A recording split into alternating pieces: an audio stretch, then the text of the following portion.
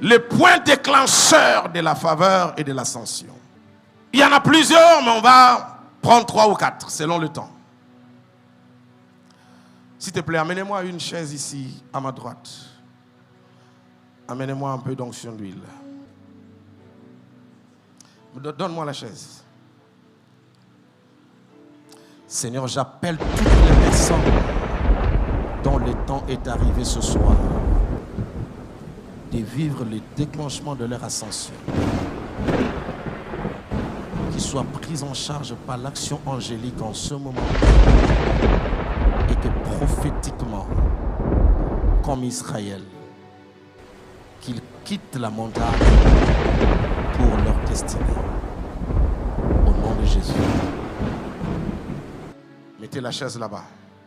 Je demande juste au protocole de nous aider. Juste le protocole de nous aider.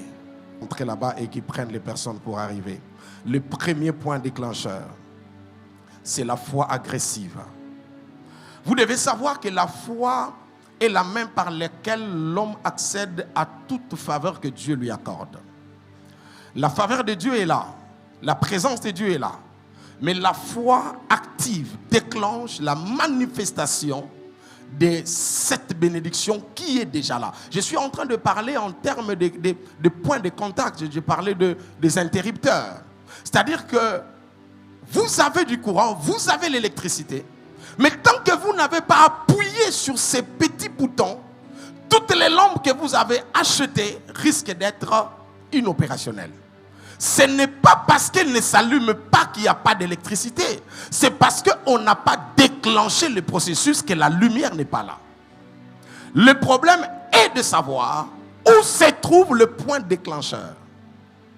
Et la foi agressive est une foi brutale. Dans le livre de Marc chapitre 2, j'appelle ça même une foi impolie. Une foi mal éduquée. Une foi bizarre. La Bible dit que Jésus était en train de prêcher dans une maison. Il y avait tellement de personnes. Et 4 personnes quelque part avaient un monsieur malade. Un ami, un membre de famille, je ne sais pas exactement. Mais tout ce que la Bible dit, c'est qu'ils ont appris que Jésus était là. Et ils l'ont pris sur une civière. Ils sont partis là où Jésus était en train de prêcher. Alors que Jésus arrive et il prêche l'évangile, la Bible me dit, ces gens sont partis, sont venus. Et quand ils sont venus, ils ont trouvé qu'il n'y avait pas d'entrée. Qu'est-ce qu'ils ont fait? Ils sont montés sur la toiture. Un bruit qui vient et qui provient des personnes qui ont une foi agressive. Bien-aimé, la logique n'a pas sa place à l'église.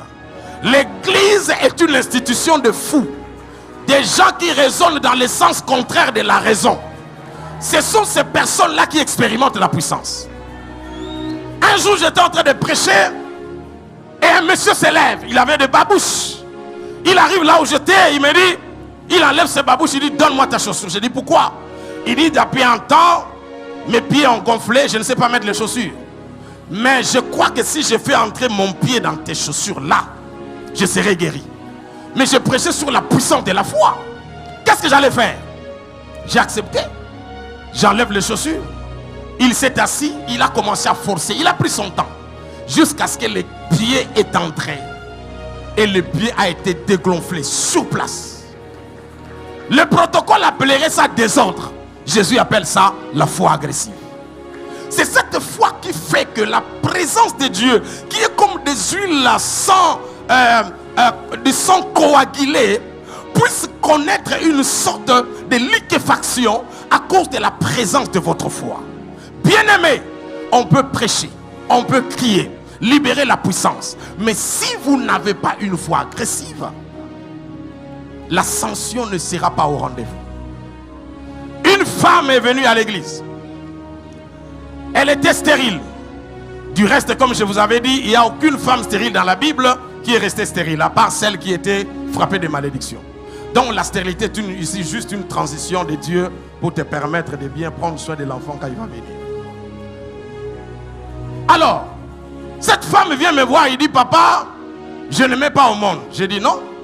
Toute femme qui a des seins est une femme qui est en train de dire aux autres que je vais allaiter. C'est ça. Donc tu vas avoir des enfants. Je n'ai même pas besoin de chasser les démons ni d'appeler la gloire. J'ai seulement besoin de te reprogrammer. Donc j'installe l'application de la conception et c'est fini. Vous savez, Apple, moi en venant ici, j'ai cherché quelqu'un sur les nets. On m'a dit non, il est sur Instagram. Bon, moi je ne connais pas ces choses-là. Instagram, j'entends seulement. J'ai dit, je regarde dans mon téléphone, il n'y en a pas. J'ai dit, je télécharge. 1 minute. Instagram entre et je vois la personne. J'ai dit, bon, si Apple est aussi intelligent comme ça, que dire du téléchargement divin? Frères et sœurs, tu peux télécharger aujourd'hui et maintenant, là, une vie transformée. Parce que devant les Seigneurs, ces choses existent. J'ai dit à la dame, reçois la bénédiction et tu es grosse. Elle a dit amen. Elle rentre à la maison. Le lendemain, elle va au marché, elle achète des futures, là, des robes que des femmes enceintes portent. Elle est partie, elle a acheté des mangues vertes. Et son mari la regarde, dit, mais je te trouve bizarre. Il dit, oui, je suis devenu bizarre. Il y a un problème, oui, je suis grosse. Depuis quand? Il dit, depuis qu'on a prié pour moi. Il dit, écoutez, c'est le médecin qui a dit ou c'est depuis qu'on a prié? Il dit, non, on a prié et je crois que je suis enceinte. Les gars étaient voisins de l'église, je crois, 2 parcelles après. Et il dit, donc, c'est petit là, parce que les gens pensent que nous sommes petits. Bon. Le petit là, est-ce qu'il est normal? Donc c'est lui qui a dit que tu es enceinte. C'est lui qui était enceinte. Tu étais à l'hôpital? Il dit, non, je suis enceinte. Il dit, bon, je vais à Lubumbashi demain. J'ai fait 3 semaines. À mon retour, je vais aller dans cette église. Je vais le voir. Je vais parler avec lui. Je crois qu'il faut arrêter, fermer l'église là. La dame est venue me donner l'information. J'ai dit, il n'y a pas de problème.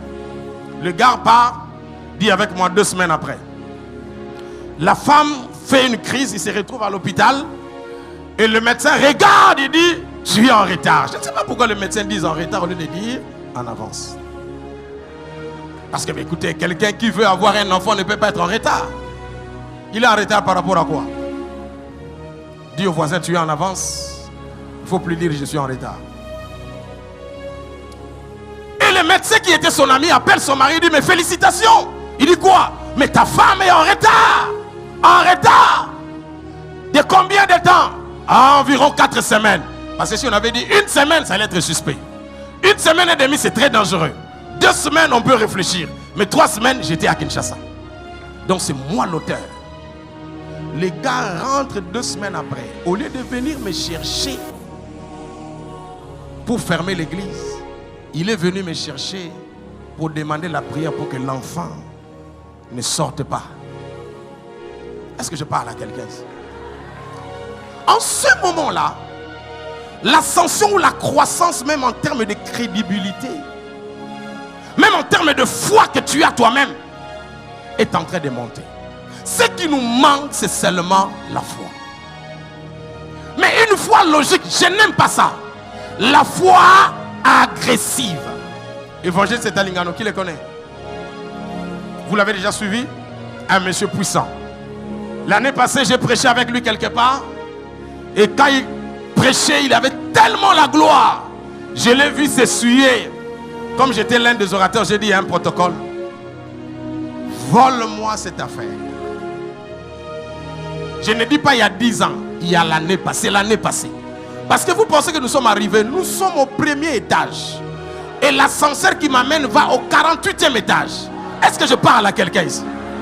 Est-ce que je parle à quelqu'un? Peut-être que toi tu es déjà arrivé parce que tu as 10 000 $ à EcoBank. Même EcoBank, c'est étonnant de voir que tu n'as que 4 zéros et tu es en paix. C'est dangereux. Le ciel, c'est que tu devais avoir 8 zéros. Tu n'en as que 4. Et le monsieur, après avoir prêché, est parti. Il a pris, il a récupéré. Il m'a dit, papa, c'est bon. J'ai pris ça. J'ai téléchargé ça dans ma tête. Frère, le monde des esprits, c'est un monde de la folie.